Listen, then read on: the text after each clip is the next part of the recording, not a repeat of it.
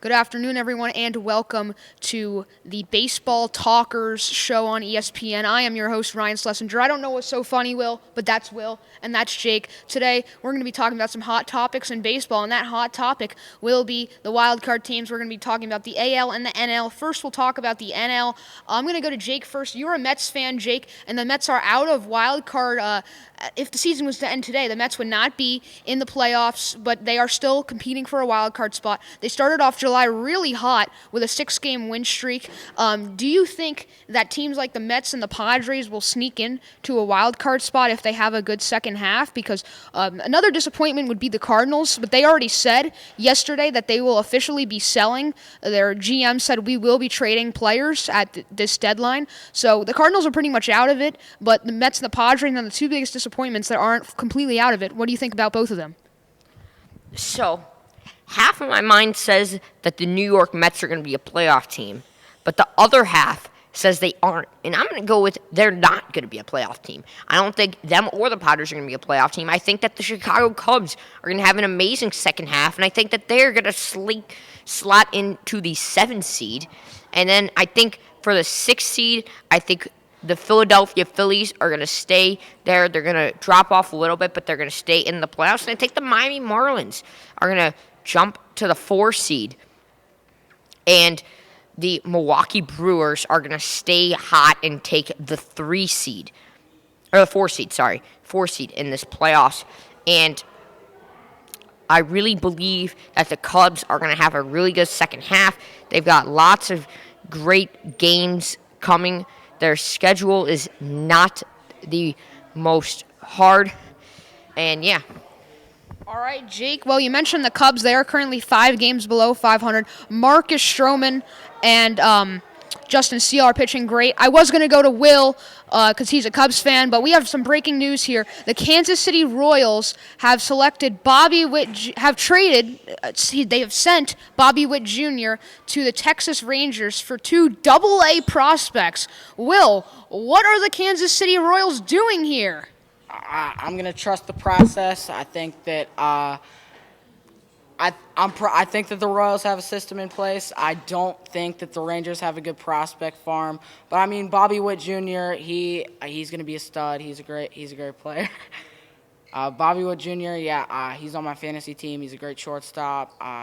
He has a great glove. He can hit. I do think that that's a pretty head-scratching trade. You already have a great prospect. You can't just send him away for 2 Double-A prospects.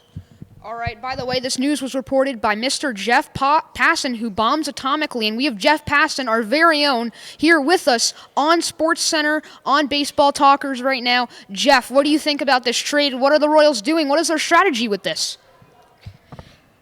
Hi, guys. I am Jeff Passan here, and I think that the Texas Rangers and the Royals made a bombshell of a trade.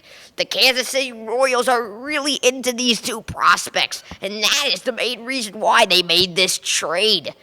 I'm Jeff Passan reporting ESPN.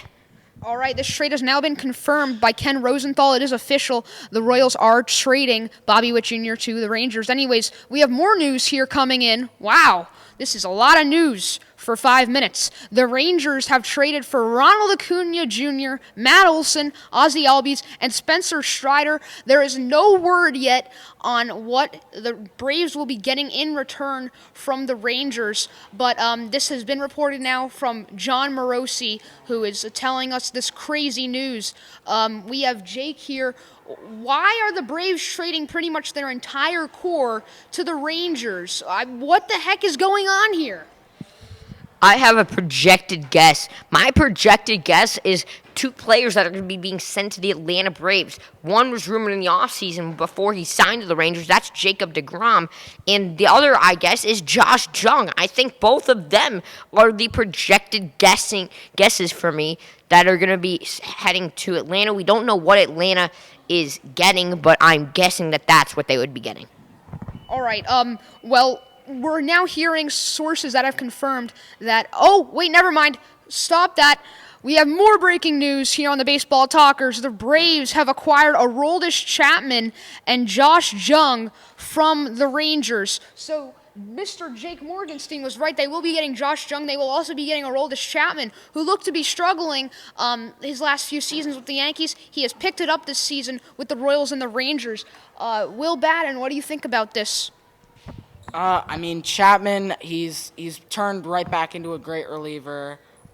His arm slot's improved. So, that's still a fleece. I feel like we should investigate the Texas Rangers for financial fair play violations. I think that their owner may have done some bribes behind the scenes. That would not surprise me. But I do think the Rangers have been on a tear. Their GM needs to be put in legendary status with Bobby Bonilla's agent. What a fleece job by their GM. Chapman and Young aren't going to do anything for the Braves. I like the move for the Rangers. All right, guys, thank you for watching the Baseball Talkers. Stay tuned on ESPN for some women's tennis, the Wimbledon Finals women's tennis coming up right after this, broadcasted by our very own Anik.